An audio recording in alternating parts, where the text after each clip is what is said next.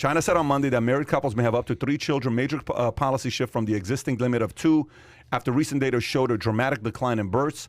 In the world's most populous country, Beijing scraped its decade-old one-child policy in 2016, replacing it with 2-child limit that failed to trigger a sustained surge in births. Experts say the main barrier to have children in China is the high cost of raising kids. In a poll, the Weibo account of the official state-run press agency asking, "Are you ready for the 3-child policy?"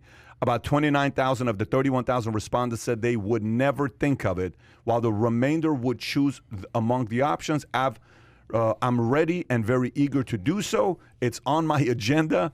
I'm hesitating, and there's a lot to consider. The poll was later removed. Fines of $20,000 were imposed on people for having a 3rd child as late of last year. $20,440 if you have a 3rd child. Yeah, what do you think about this? This just shows the nerve of the Chinese government. I mean, doesn't this inspire you? But doesn't it inspire you to say, I just want to move to China? Yeah. Oh, my God. The Chinese dream. Because you don't have to think. They'll just tell you what to do at every step of the way. It is an issue. Their declining birth rate. I mean, if the Chinese government is this interested in it, they are worried about it. But, when you research this story, you realize these young people don't want to have kids. It's way too damn expensive in China. Yeah. And they're serious about that. And you know what else they don't want to do? They don't want to work as many hours as they used to. That 996 thing that was popular in China with Jack Ma and everything, they don't feel like there's any payoff to that anymore. If you got in the beginning of the tech industry and you could really cash in on that, they were all in. But they're pushing back on that. They're definitely pushing back on the kids. I think a lot of them don't even want to have one. They don't have time to raise one child.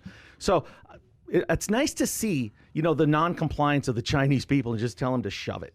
Well, it's not an issue that's endemic to China either. I mean, that's an issue for the communists in Brooklyn and Los Angeles as well. It just goes for me to show how little regard for humanity, the baseline of humanity that communists really have. They see everything as a spreadsheet. They see everything as a number.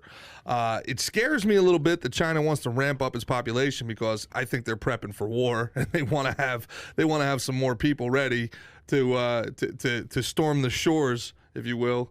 But the concept, by the way, of the one child, we don't talk about in our country enough. And again, we talked about this the last time I was on with LeBron James and John Cena and all of our repentant rich who carry water for the CCP every chance that they get. And this is what they do. This is what they're co-signing on. What they're co-signing on is social engineering. What they're co-signing on is cultural hegemony.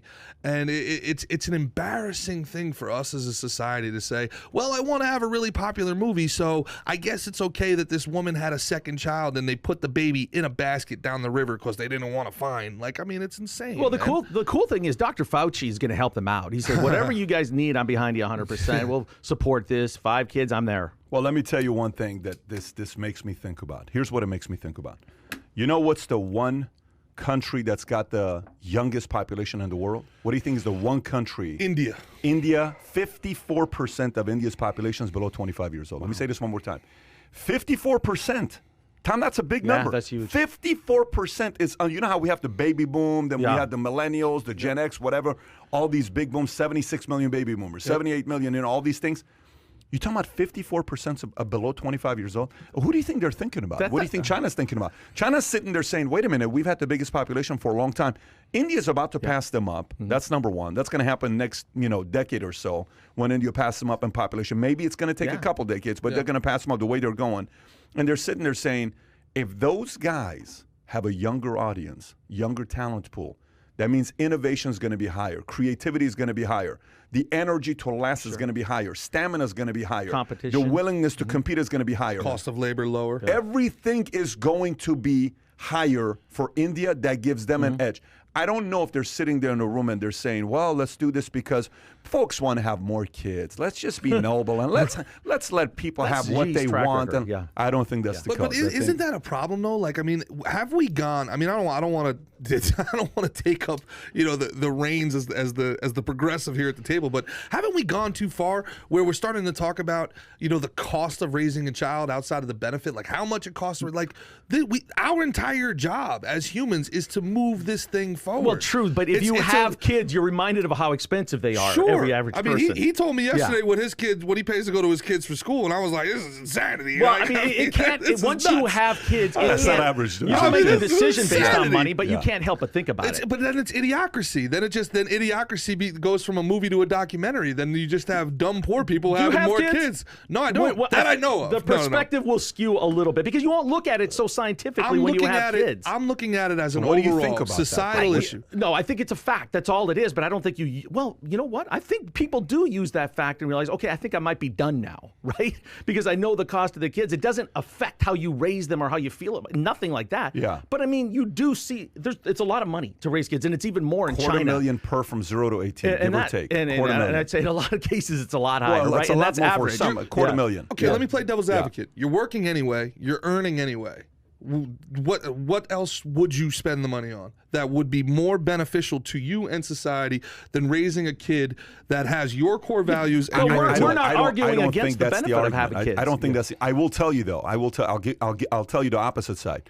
I also think there are some families that ought to not have as many kids as they have. I also think the current tax system, unfortunately, influences some people to have a lot of kids and take the benefits and the welfare and the payments that are being sent from the government. Because if you have 9 kids, you're making $400 per, and you're getting, all these other benefits that comes with it. That's a salary to you that's being paid out. So the tax system kind of favors people having a lot of kids. I'm not for let's go have a lot of kids. I'm not for let's not have any kids. I'm for, hey, you think you can afford 3 kids? Go at it. What works for you? You don't want to have any. I have friends that say, I have a friend. We were born a month apart. Me and this other friend of mine, okay? We're born a month apart. Him and his wife and his parents are convinced the worst thing they can do is have kids right now. Well, he's lucky he married her then, because they have the same belief. Both of them don't want to have any kids.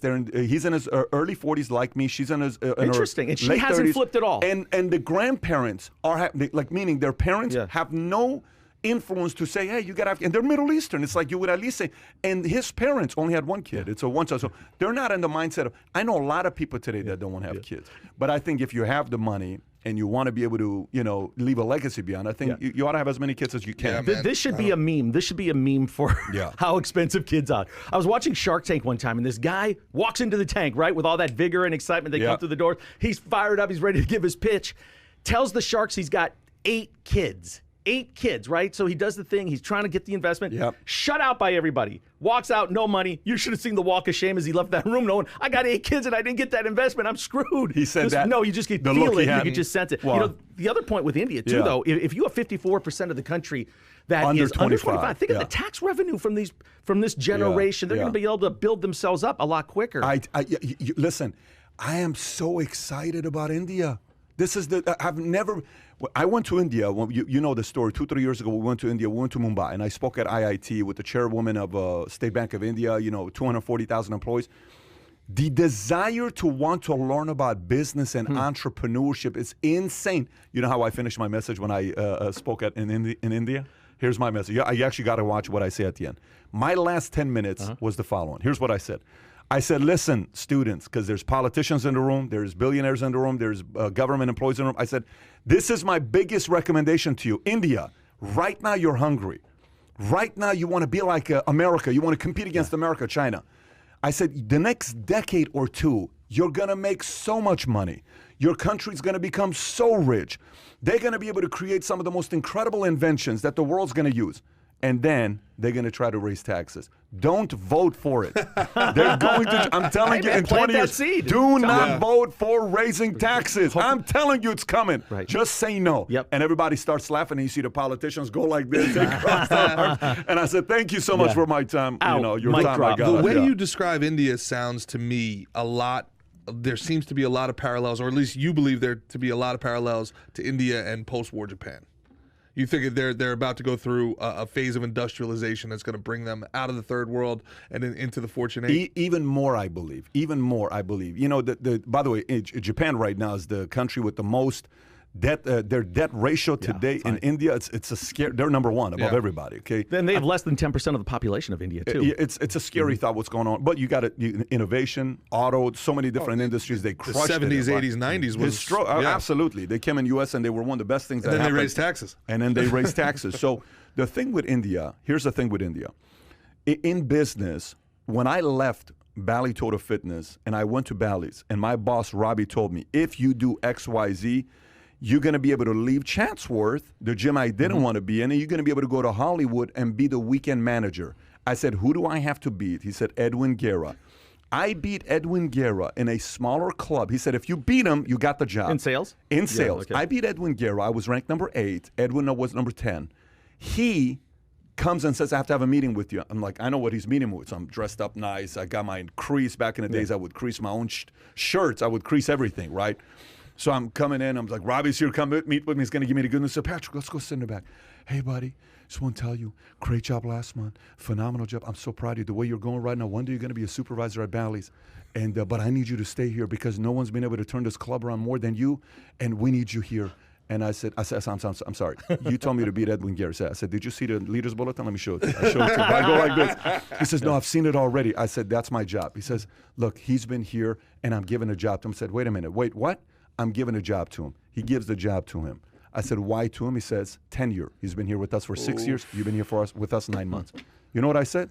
I said, I quit. That moment, by the way, I can't Good for quit. you. Yeah. I'm like, No other I need options at this the job. time? People I quit. don't leave jobs; they leave bosses. Here's what's crazy. Robbie helped me get very good in sales, and he's actually a very good guy. But that decision, whether it came from him or from a guy above him, it is what it is. Here's the point I'm trying to make. The point I'm trying to make is Bally's equals India today.